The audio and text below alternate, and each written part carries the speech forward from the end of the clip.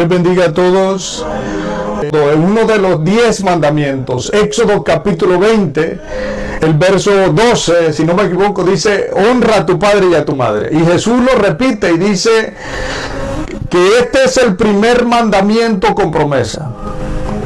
Dice: honra a tu padre y a tu madre para que tus días se alarguen sobre la faz de la tierra. Hay personas que se les acorta la vida porque no respetan a sus padres, porque no respetan a sus padres, a su madre. Honra a tu padre y a tu madre. Y en Levíticos este texto, ¿verdad? Cuando habla de esto, habla de una maldición y de una bendición, ¿verdad? Los que deshonran a los padres quedan bajo una maldición. Pero hemos sido llamados todos a honrar a nuestros padres, a darle respeto. ¿Qué es honra? Dice: honra a tu padre y a tu madre. La palabra es, en el hebreo, en la escritura original, es kabet, bearbeja, beet y meja. Kabet. Y la palabra kabet, que es honra, ¿verdad? Honra, kabet, viene de la palabra kabod. Y la palabra kabod significa gloria. O sea, hay 3 cosas allí, ¿verdad?, que se deben de aprender en la escritura original. Cuando dice honra a tu padre y a tu madre, uno es que entre los griegos la palabra honra era una moneda de cambio. Una moneda de cambio significa de que, como cuando alguien va a comprar algo, ¿verdad?, y usted le da un billete grande y lo que le da un billete de a 100, y lo que está comprando vale $20, le tiene que regresar $80. Esto es honra. A esa moneda de cambio se le llamaba honra en el pueblo griego. Honra. Es decir, de que los padres se les debe de dar honra. ¿Por qué? Porque un día se desvelaron con nosotros, no un día, ¿verdad?, mucho tiempo se desvelaron, sufrieron con nosotros y estuvieron con nosotros, ¿verdad? Estuvieron pendientes de cada uno de nosotros, y por eso se les debe de dar honra. Es verdad que nunca se puede llenar todo lo que ellos han hecho, pero por lo menos se les debe de respetar, y siempre se les debe de dar algo, ¿verdad?, a cambio. El respeto no es solamente, ¿verdad?, con lo que se habla, el respeto es con lo que se hace. Amén. Y otra cosa, ¿verdad?, es, dice: honra a tu padre y a tu madre. La palabra honra, les decía que es una moneda de cambio, pero también es, ¿verdad?, una gloria. Una gloria. Usted sabe que cada bendición tiene un peso de gloria, ¿verdad? Y hay una gloria, nosotros sabemos que Shekhinah, ¿verdad?, es una de las glorias. Adret es otra gloria, ¿verdad? Humash es otra gloria, hermanos de los milagros, de los ángeles, y así. Pero hay una palabra para gloria. Cada vez que en la Biblia aparece la palabra gloria, hermanos, aparecen 7 palabras diferentes. Y las demás son derivados de estas 7 palabras diferentes, 7 tipos de gloria. Por eso dice la Biblia de que vamos de gloria en gloria, de poder en poder, ¿verdad? El Hijo de Dios va de gloria en gloria, va de proceso en proceso. De proceso en proceso. Cada proceso trae una gloria, una bendición, y cada bendición trae un peso. Y la palabra kabod, que es gloria, es una gloria pesada, es decir, un peso. ¿Por qué? Porque la honra, para que una persona lo honren siempre, o para que lo respeten siempre, tiene, ¿verdad?, que pasar por un sufrimiento. Hay personas que tienen una gloria falsa, una vanagloria, y es que no se han ganado ese respeto. El respeto se gana con respeto. Amén. Así que saludamos a los padres que nos están viendo en este momento. Queremos hablar la palabra de Dios. Le decía que dice la Biblia que vamos de gloria en gloria. Vamos de gloria en gloria. La palabra gloria, que es kabod, que es para honra, Kabed viene de la palabra kabod, que significa gloria, y es una gloria pesada. Y le decía que vamos de gloria en gloria, es decir, de proceso en proceso, porque queremos hablar del Dios de los procesos, el Dios de los procesos. Estábamos hablando, y déjenme repasar un poquito de lo que hablamos en este video, ¿verdad? Ese video es concluyendo lo que es la oración, pero dando inicio a lo que es la identidad. Es interesante hablar de eso, ¿verdad? Pero en ese video hablábamos de lo que Jesús pasó en el desierto. Jesús fue impulsado, dice la Biblia en Mateo capítulo 4 y Lucas capítulo 4, fue impulsado por Dios, ¿verdad?, al desierto. Y allí dice que fue tentado 40 días y 40 noches. Y dice que el tentador se le presentó, la serpiente, y le dijo, ¿verdad?, si eres el Hijo de Dios, manda que esta piedra se convierta en pan, ¿verdad? Y luego la segunda tentación, que era la prueba del orgullo y de la fama. En esa segunda tentación le dice, si eres el Hijo de Dios, lánzate de aquí, ¿verdad? Porque escrito está, sus ángeles mandará cerca de ti que te guarden, y en las manos te sostendrán para que no tropieces con tu pie en piedra. Es que el enemigo conoce la palabra, no por revelación, ni por amor, ni porque la ha estudiado. Él no tiene que estudiar la historia, sino que él estuvo en la historia. Alguien dijo que el diablo no sabe por sabio, sino por viejo. ¿Por qué? Porque nosotros tenemos que estudiar la historia de Abraham para aprender del contexto bíblico, la historia de David, qué es lo que pasó con David, qué es lo que pasó con el patriarca Jacob, qué es lo que pasó con José.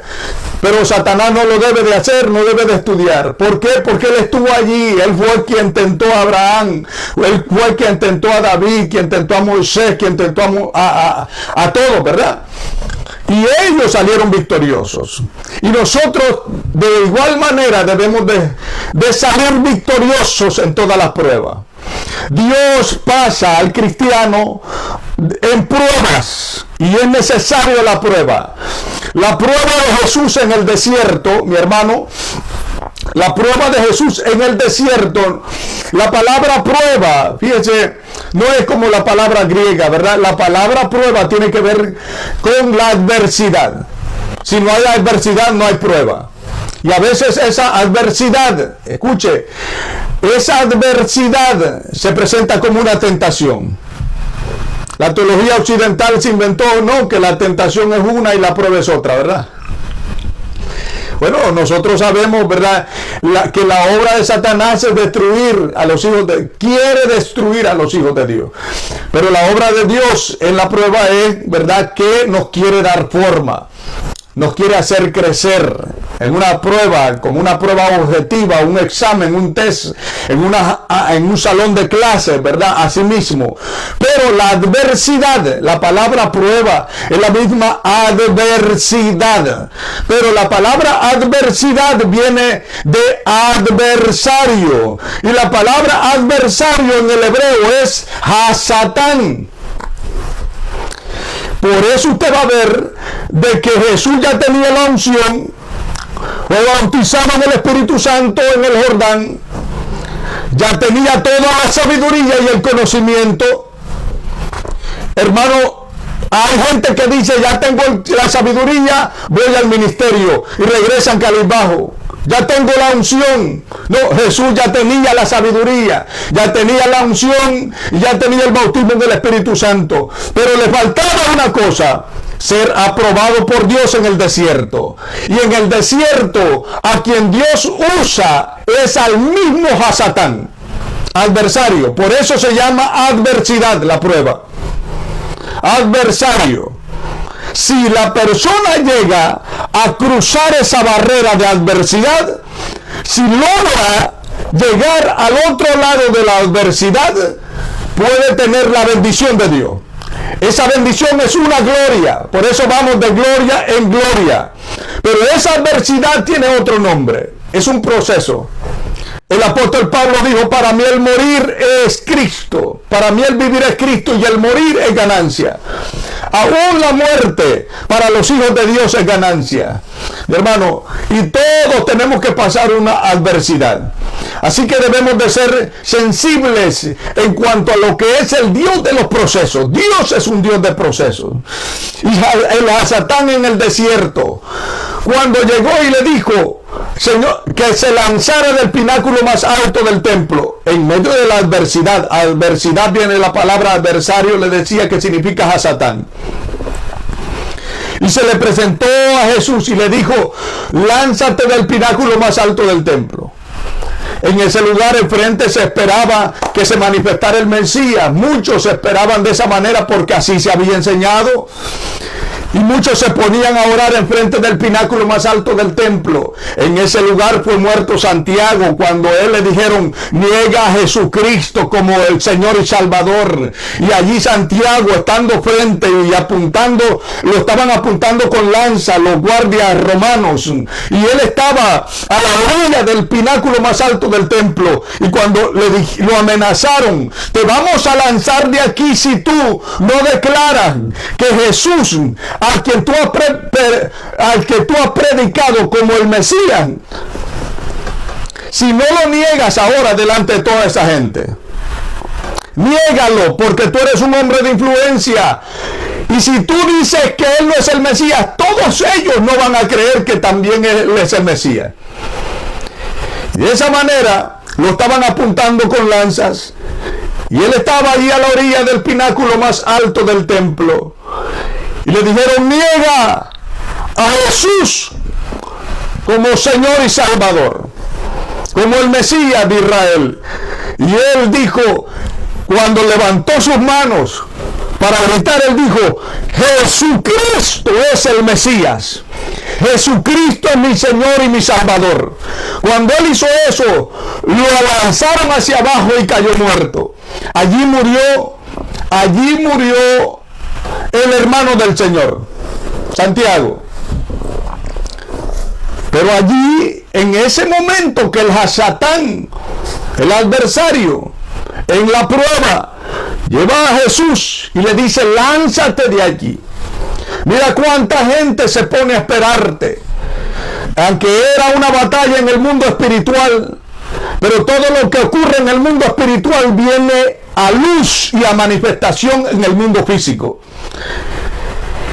Y allí por eso le dijo, lánzate en el mundo espiritual, lánzate, mira cuánta gente está allí orando por ti, esperándote, lánzate del pináculo más alto del templo. Porque el Satán lo que le estaba insinuando en ese momento es, mira, toda esta gente te va a aceptar como el Mesías, pero sin derramamiento de sangre no existe remisión de pecado. Si tú te lanzas, todo el mundo te va a creer, te va a adorar, pero sin derramamiento de sangre no existe remisión de pecado. Es decir, el Satán le estaba insinuando, no es necesario que llegues a la cruz, lánzate y todo el mundo va a creer en ti, pero sin derramamiento de sangre no existe remisión de pecado. Jesús tenía que llegar a la cruz y derramar su sangre. El Satán quería que él no llegara. Muchas veces el Satán le dice a las personas, tú puedes cumplir el propósito de Dios sin necesidad que pases por el proceso. Y hay muchas personas, hermanos, malabañosos, tramposos, que están utilizando una posición ministerial, entre comillas, pero sin haber pasado por el proceso. El hombre verdadero de Dios y la mujer verdadera de Dios siempre pasan por los procesos, porque Dios es un Dios de proceso. Él permite la adversidad para que seamos procesados. Y quien está formándonos y dándonos formas en medio de la adversidad y del proceso, mi hermano, es Dios. Dice en Isaías 40, 30 al 31, los muchachos se fatigan y se cansan, los jóvenes flaquean y caen, pero los que esperan a Jehová tendrán nuevas fuerzas, Levantarán alas como las águilas, correrán y no se cansarán, caminarán y no se fatigarán. Dice, levantarán alas como las águilas. Mi hermano, usted conoce el proceso del águila. Yo sé que todo el mundo lo conoce, ¿verdad? El águila tiene que pasar por un proceso. En la vida del águila, mi hermano, hay un momento que el águila ya está viejo, se está envejeciendo. Esto no tiene que ver con la edad. No. Usted sabe que hay personas que tienen 15 años de edad y se sienten viejos en su espíritu. Tienen un espíritu viejo, no se han renovado. Esto es como el cambio de aceite que se le hace al carro. La unción debemos cada día estar recibiendo al Papá Dios. Es como el cambio de aceite. Hay personas que están adolescentes, jovencitos en el mundo físico, pero en el mundo espiritual, mi hermano, están viejitos. Sienten que se están muriendo. Pero hay ancianitos. Ancianos, mi hermano, con 70 años.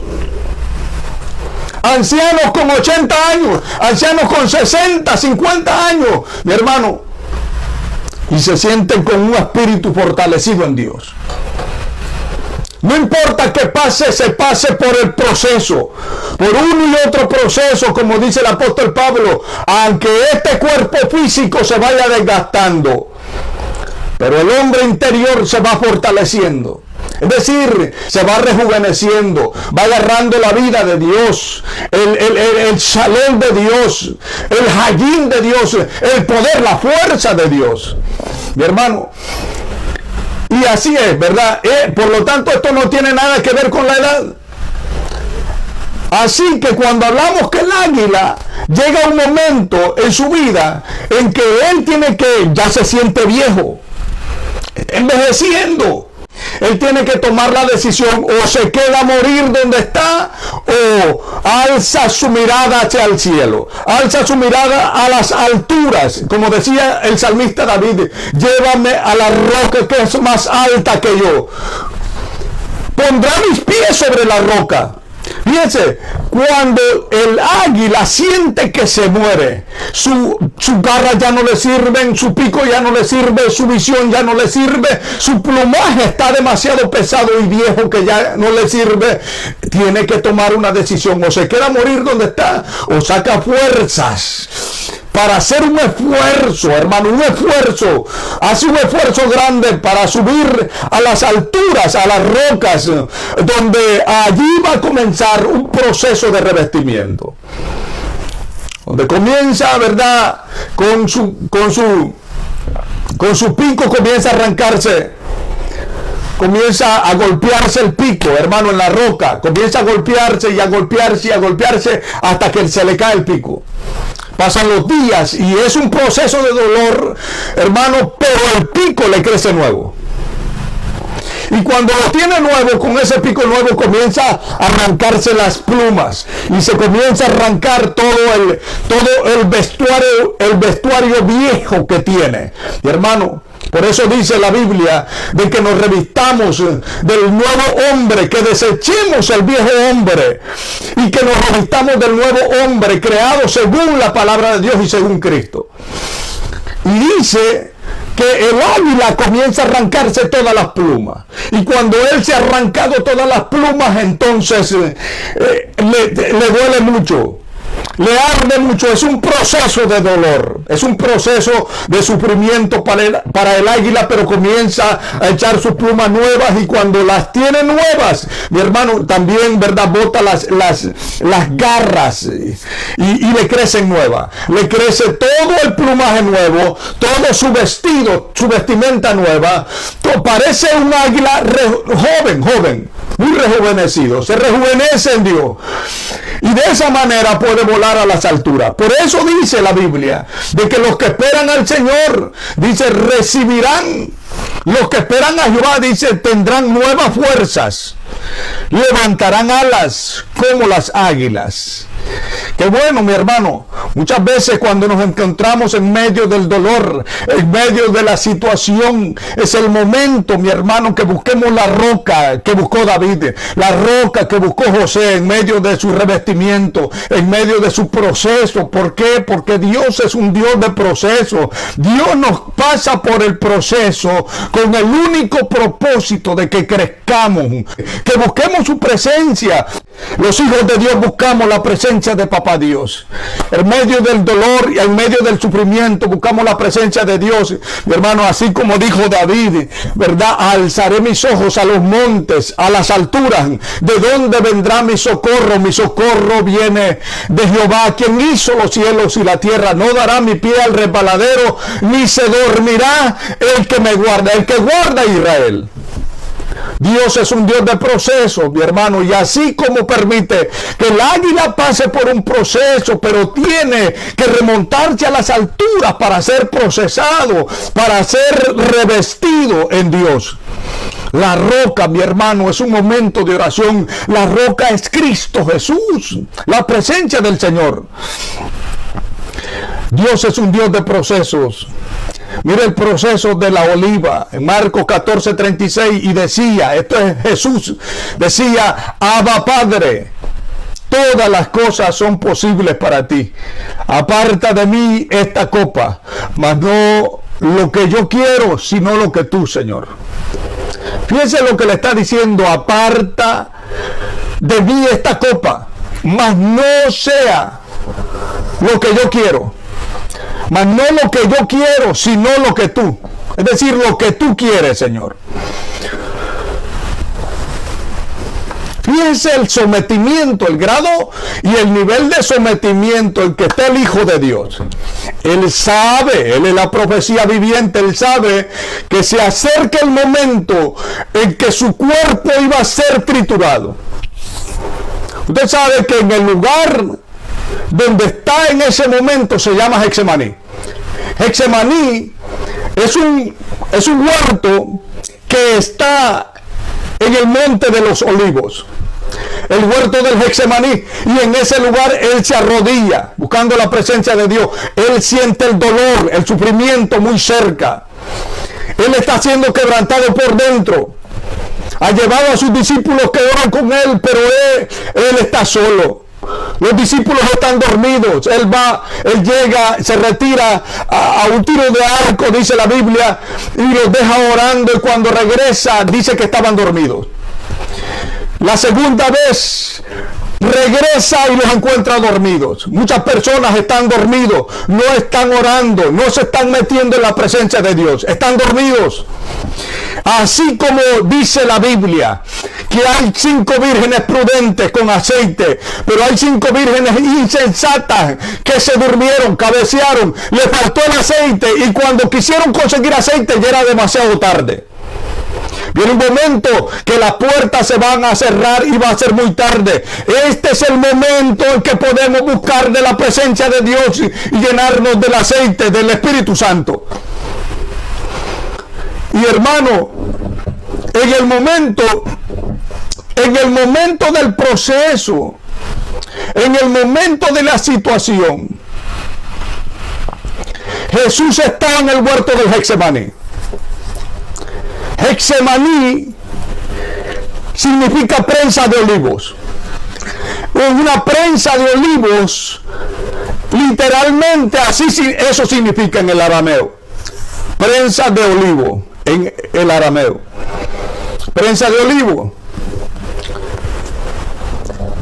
Y en esa prensa, para que lo entendamos, es donde se llevaba la oliva, ya que quedaba dentro del huerto, del monte de los olivos, donde había muchos árboles de olivo, donde hay muchos árboles de olivo.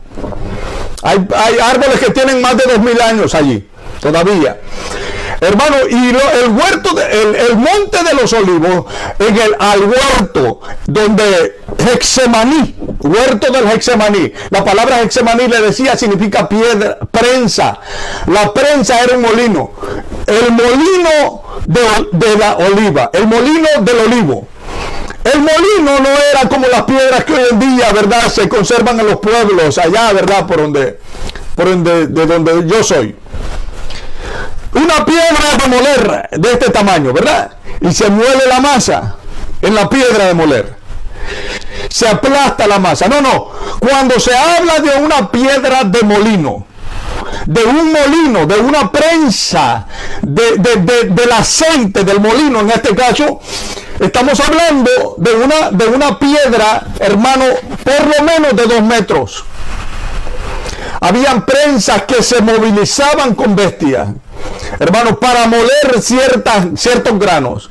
Pero en este caso, hablando del olivo, se llevaba la oliva en ese lugar y era aplastada, era procesada hasta sacar el aceite. Jesús es el olivo. El aceite del olivo que se hizo aceite para sanar nuestras heridas. ¿Sabe qué es lo que dice la Biblia? La Biblia dice de que Él fue molido por nuestros pecados. La oliva se aplastaba, se pisoteaba, se trituraba, hermano, hasta sacar el aceite, porque el trigo no puede ser provechoso, no puede ser pan si no es molido.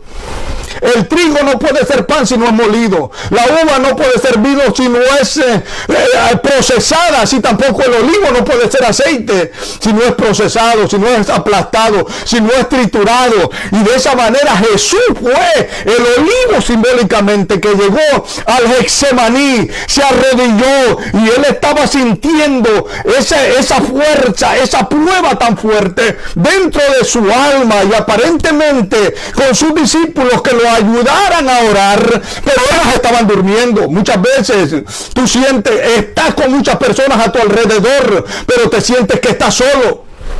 No entienden lo que te pasa y parece que tú tienes que cargar con un peso. Hay momentos de proceso cuando la persona está siendo procesada. Mi hermano, que otras personas no lo entienden, y muchas veces te ha tocado estar animando a otras personas cuando por dentro está siendo triturado, está siendo quebrantado por dentro. Tu alma está siendo literalmente hecho pedazos. Tus sentimientos, tus emociones. Te sientes quebrantado y muchas veces tienes que estar enfrente de tus hijos dándole ánimo. Te sientes mal. ¿Cómo se sentiría una persona que sabe que el día siguiente lo van a apresar, lo van a llevar, lo van a blasfemar, le van a escupir el rostro, le van a arrancar literalmente la barba hasta desfigurar su rostro? Le van a poner una corona de espinas, lo van a azotar, que pocos eran los que sobrevivían al látigo de Roma, que era un látigo con 3 correas de cuero, que estaba lleno con vidrio molido pegado en las correas, con plomo afilados, con huesos, con ganchos, y cuando la correa caía en el individuo, inmediatamente desgarraba la carne, a menudo dejaba al descubierto las vísceras, los huesos, la espina dorsal, quedaban al descubierto.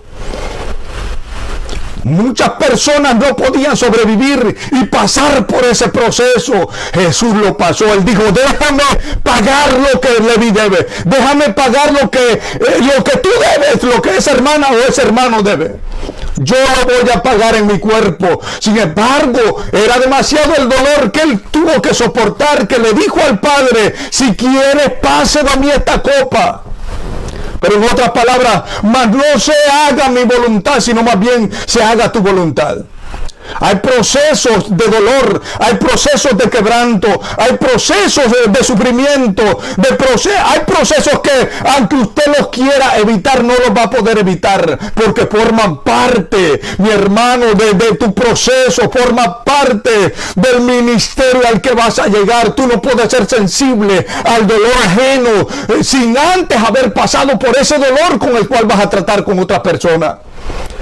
Tú no puedes sentir dolor por el que está pasando la situación, a menos que tú hayas pasado primero por allí. Y Jesús estaba en ese lugar.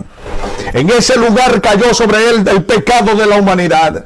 En ese lugar cayó tu pecado y el mío. Y él estaba allí diciéndole: Señor, yo no quiero cargar en mi cuerpo el pecado de Leví. Yo no quiero cargar en mi cuerpo el pecado de ese drogadicto, de ese borracho, de ese mentiroso. Hay personas que son mentirosos, hay personas que son ladrones, hay personas que son brujos. Mi hermano, la brujería cayó sobre Jesús en ese momento. La hechicería cayó sobre él. Mi hermano, todo el oscurantismo cayó sobre él. El pecado de la fornicación y del adulterio cayó sobre él. Las maldiciones generacionales cayeron sobre él. Todo tipo de pecado, mi hermano, cayó sobre él. Y el Señor, siendo tan santo, le decía: si quieres, pase de mí esta copa. Ese pecado es muy sucio. Lo que esa persona hizo es muy sucio. Yo no quiero cargar con ese pecado. Si quieres, pase de mí esta copa, mas no se haga mi voluntad, sino más bien la tuya. Pero él por último le dijo: no se haga mi voluntad, sino la tuya. Jesús pasó por el proceso de la oliva. El proceso del árbol, mi hermano, en Salmos 1:3, será como árbol plantado junto a corrientes de agua, que da su fruto a su tiempo y su hoja no cae, y todo lo que hace prosperará. Será como árbol plantado junto a corrientes de agua.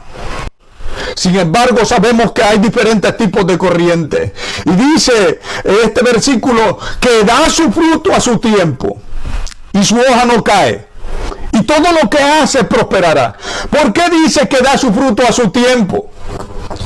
¿Por qué? Porque hay 4 tiempos para el árbol. Usted sabe de que el árbol pasa por un proceso, pero aún cuando ya no es árbol, también pasa por un proceso. Sí. Bueno, cuando es un árbol, es exactamente como la vida de José. Fíjense, cuando es un árbol, lo que significa José es rama fructífera de un árbol que se extiende sobre el muro. Él no se limita.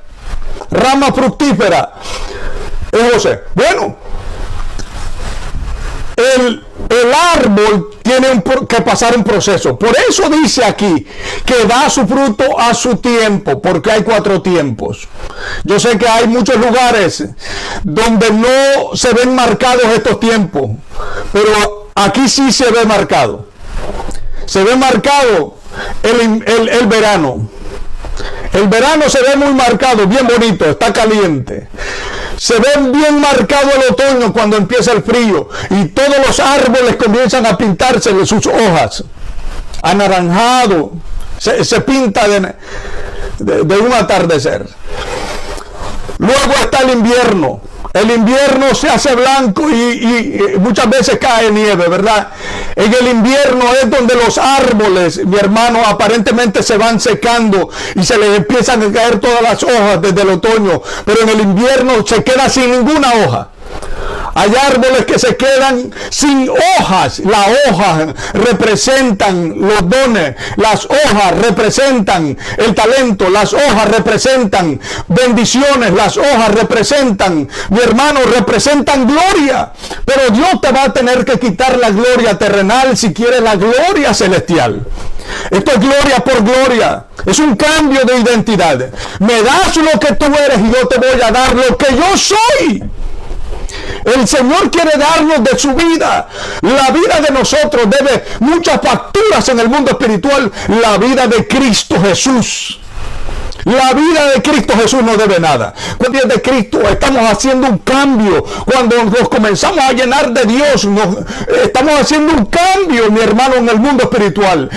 Pero tu vida espiritual, mi hermano, si has venido a los pies de Cristo, está destinada, aunque pases aún por el valle de la muerte, está destinada a la bendición, está destinada a la gloria de Dios. Y en medio de los procesos hay bendición de Dios.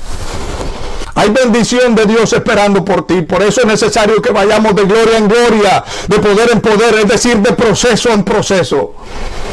Porque hay diferentes procesos.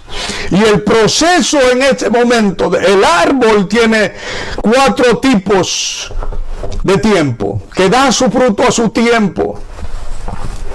Usted sabe que José tuvo que pasar esos 4 tiempos, como David, como Moisés. Lo tuvo que pasar, los 4 tiempos, el verano. El verano es donde todo está bonito. Después el otoño. Comienza el frío y las cosas se comienzan a pintar de un atardecer, pero se comienzan a caer las hojas. La gloria del hombre se comienza a caer. El invierno es donde ya no tienes nada y te quedas sin nada. Los árboles quedan sin hojas y aparentemente podridos y sin vida muchas veces. En la vida de José, él tuvo que pasar por un verano cuando estaba en la casa de su padre. Allí estuvo en la casa de su padre con su padre Jacob y sus hermanos.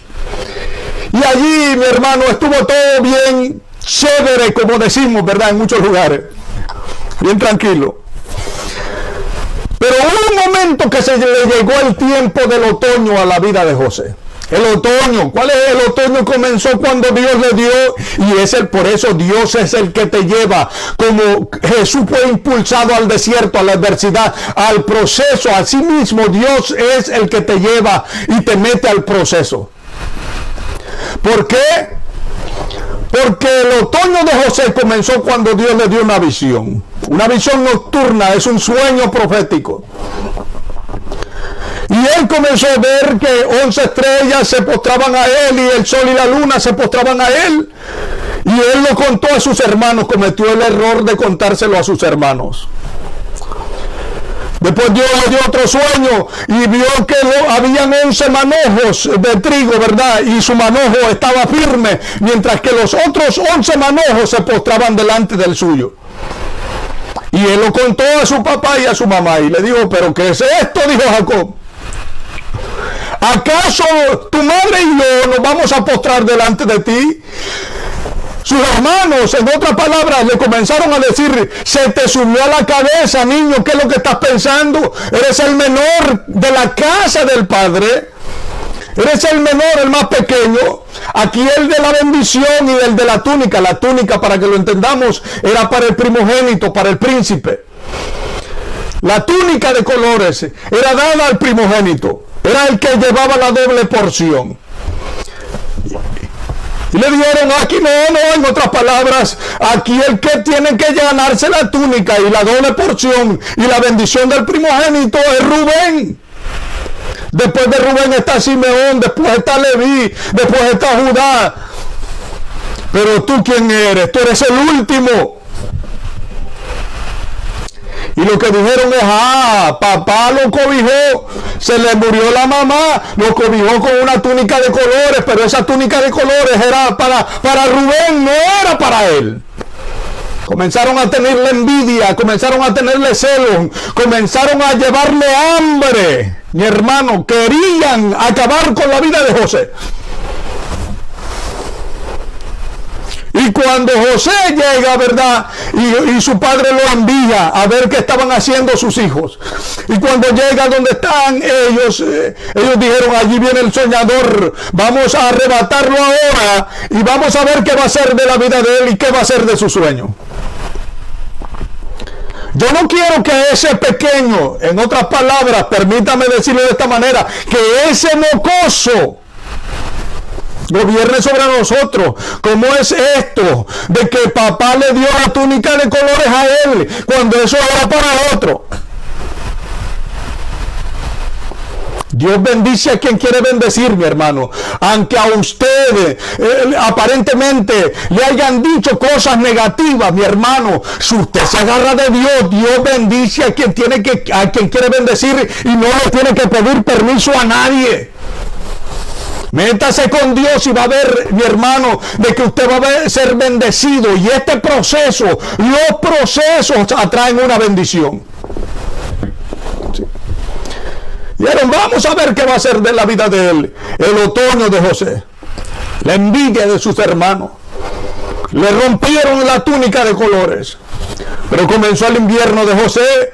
El invierno fue que lo lanzaron a la cisterna. Mi hermano, allí quería salir de la cisterna. Estuvo toda una noche llorando. Por favor, no hagan tal cosa. Sáquenme de aquí. Por favor. Rubén, Judá, Leví, sáquenme de aquí. Estaba atrapado. Es un niño pequeño, mi hermano. Usted se imagina ver a un niño sufriendo en un hoyo, en una cisterna, donde se echaba el estiércol en el desierto. El estiércol de los animales, y que muchas veces esas cisternas, otro tipo de cisternas, era para conservar el agua, lluvias en el desierto. Pero en el tiempo que no había agua, lo que estaba era con lodo, y la humedad alaba animales, gusanos, ratas, escorpiones, serpientes. Allí estuvo José, diciendo y clamando toda la noche: por favor, sáquenme de aquí. Y ellos no tuvieron misericordia. Movidos por los celos, por la envidia de ver la túnica de colores en él, le arrebataron la túnica y la rompieron. La llenaron de sangre y así engañaron a su padre. Esta es la sangre de tu hijo, alguna bestia lo devoró. Pero cuando lo tenían en la cisterna y él estuvo clamando el día siguiente, cuando él estuvo clamando, muchas veces pensamos de que una noche de oración nos va a dar la victoria, mi hermano. No, hay batallas que duran más de una noche. Toda una noche clamando. Y en vez de que las cosas se pusieran mejor, lo que hicieron sus hermanos fue sacarlo de la cisterna y venderlo a una caravana de ismaelitas. Y esos ismaelitas, unos mercaderes, dice la Biblia, y esos mercaderes fueron a parar a Egipto y vendieron al muchacho como un esclavo, a un niño. Ese niño fue creciendo en Egipto, se hizo un joven en Egipto, mi hermano, y estando en Egipto, tuvo que limpiar pisos, tuvo que estar en la casa de un hombre de mucha influencia, hermano, pero fue señalado, él tuvo que limpiar pisos. Yo me imagino estando trabajando tan forzoso como un esclavo, mi hermano, lo trataban, lo miraban como un esclavo, pero él llevaba una bendición por dentro. Y cuando estaba en Egipto, mi hermano, él estaba allí sufriendo. Yo me imagino a José diciendo: si mis hermanos no me hubieran hecho tal cosa, yo no estuviera pasando por lo que estoy pasando. Yo estoy mal, yo estoy sufriendo, yo estoy pagando todo esto por culpa de mis hermanos, pudo haber dicho José, pero él no hizo eso. Sin embargo, llevaba un dolor adentro de él, y eso es manifestado en la vida de su primer hijo en Egipto. Su primer hijo es Manasés. Manasés lo que significa es: Dios me hizo olvidarme del dolor en la casa de mi padre. Dios me hizo olvidar. ¿Por qué? Porque los hermanos le hicieron algo. Él tuvo que sanar su corazón y olvidarse de todo lo que le habían hecho. Hay personas que no pueden prosperar porque llevan esa espina adentro, le hicieron algo. Aparentemente todo está bien, pero cuando de pronto le mencionan el nombre de una persona, de pronto como que esa espinita todavía está allí. Cargan raíces de amargura, cargan un sentimiento de dolor. Hay personas que dicen: si esa persona me arruinó la vida. No fue la persona que le arruinó la vida, sino que fue la decisión que usted tomó en medio del proceso. Usted no sabe si esa persona fue usada por Dios para meterlo al proceso. Pero todo tiene que ver, 10% tiene que ver con lo que nos pasa, pero el 90% tiene que ver cómo nosotros contestamos a lo que nos pasa. Y José contestó correctamente, porque él, aunque tenía y llevaba ese dolor, Dios me hizo olvidar. Cuando fue sanado su corazón y olvidó el dolor, el proceso que pasó en la casa de su padre, entonces fue que le nació otro hijo que se llama Efraín. Efraín lo que significa es frutos, muchos frutos. Ese es el proceso de José. José pasó por un por un verano, sí, pasó por un otoño, pasó por un invierno. El invierno es donde se quedó sin nada, donde fue a parar a Egipto como un esclavo, mi hermano. Él pasó la cárcel, el látigo, el sufrimiento, pero la cárcel, el látigo y el sufrimiento solamente eran catapultas que lo iban a aventar y que lo iban empujando para ver el propósito que Dios tenía con él. Dios tiene propósito con la vida de todo aquel que me está escuchando en este momento. Dios tiene un propósito con su vida. Y si hay una persona que está pasando por un proceso, mire que Dios es que lo ha llevado y lo ha metido en el proceso. No veamos a las personas, veamos a Dios en el proceso. Enfoquémonos en Dios, metámonos con Dios y Dios nos va a sacar en victoria, porque es necesario que a través de muchas tribulaciones pasemos por este proceso. Pero mi hermano, al otro lado hay una bendición. Hay una bendición esperando. Detrás del desierto está la tierra prometida, de donde fluye leche y miel. Y José pasó por ese proceso. El verano, el otoño, el invierno. Pero todo lo que él sufrió en Egipto, la cárcel, los látigos y el sufrimiento solamente eran una catapulta que lo empujaron para llegar a la primavera.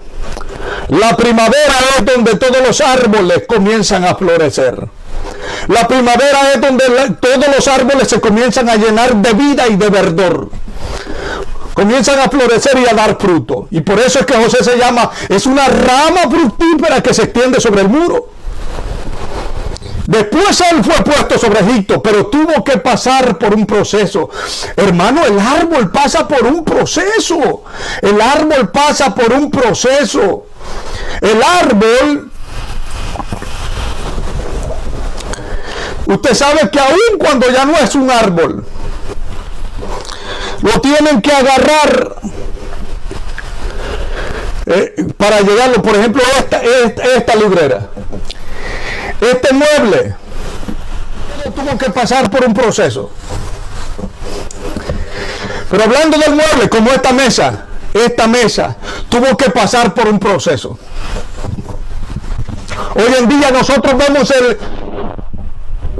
el mueble muy bonito. Hoy en día vemos el mueble muy bonito. ¡Qué bonito el mueble! Vemos que es muy útil. Vemos que es de bendición. Está muy bonito el mueble, pero no sabemos lo que era antes. ¿Qué es lo que era antes? Antes era un árbol frondoso. Un árbol que probablemente tenía nudos. Un árbol, hermano, que estaba descuidado. Qué sé yo, un árbol con muchas raíces, un árbol frondoso. Hermano, pero tuvo que pasar por un proceso para llegar a ser un mueble. Hoy en día las personas miran, no, pero el pastor, el evangelista, pero ¿qué es lo que pasó? Tuvieron que pasar por un proceso. La mesa, este mueble, esta librera tuvieron que pasar por un proceso. Hermano, fueron metidos al taller del carpintero. En el taller del carpintero fue que se le dio un plan y se le dio una forma. En el taller pasaron por las manos de Jesús y él les comenzó a dar forma. Cuando era un árbol fue cortado. Allí comenzó el proceso. Fue cortado. Cuando lo llevaron, hermano, y lo aserraron. Y el proceso continuó, lo metieron al taller del carpintero y allí el carpintero visualizó la forma que le quería dar a la madera. A la madera la comenzó a meter en una máquina, en una sierra para cortar las partes más gruesas y las partes que no servían. Después de cortarla, hermano, en pedazos, lo que hicieron fue que la pusieron en el sol. Y la pusieron delante de la humedad o delante de lo caliente. La amarraron para que recibiese calor. Y las partes que se pandieron las pudieron desechar. Pero hay otras partes, hermanos, que las conservaron.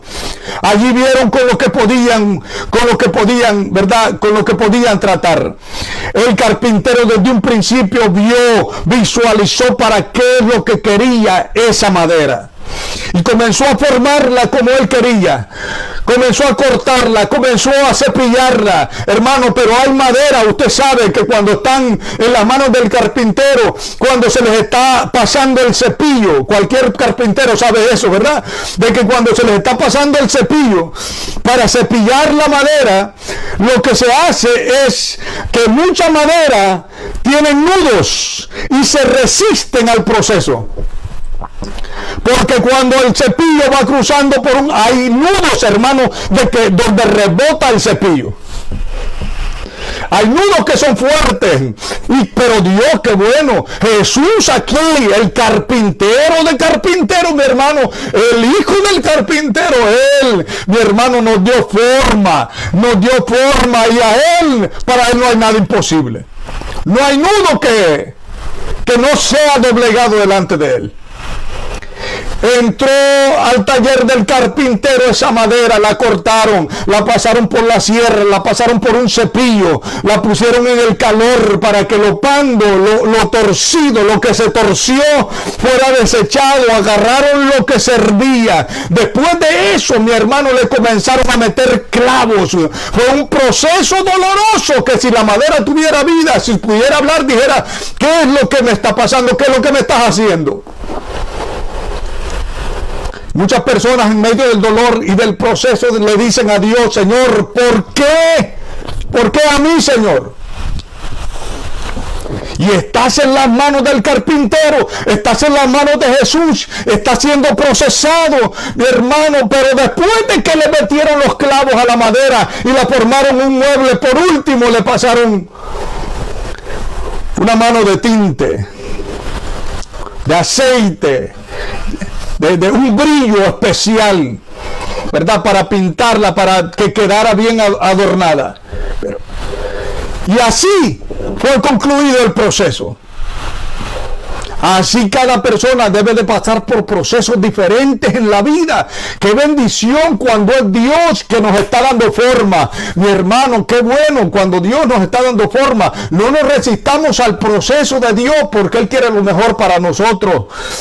¿Qué es lo que podemos hacer en medio del proceso, del dolor y del sufrimiento? En vez de decirle al Señor, ¿por qué me está pasando esto? Lo que debemos de decirle, Señor, yo no entiendo lo que tú estás haciendo, pero yo sé que estoy en tu mano.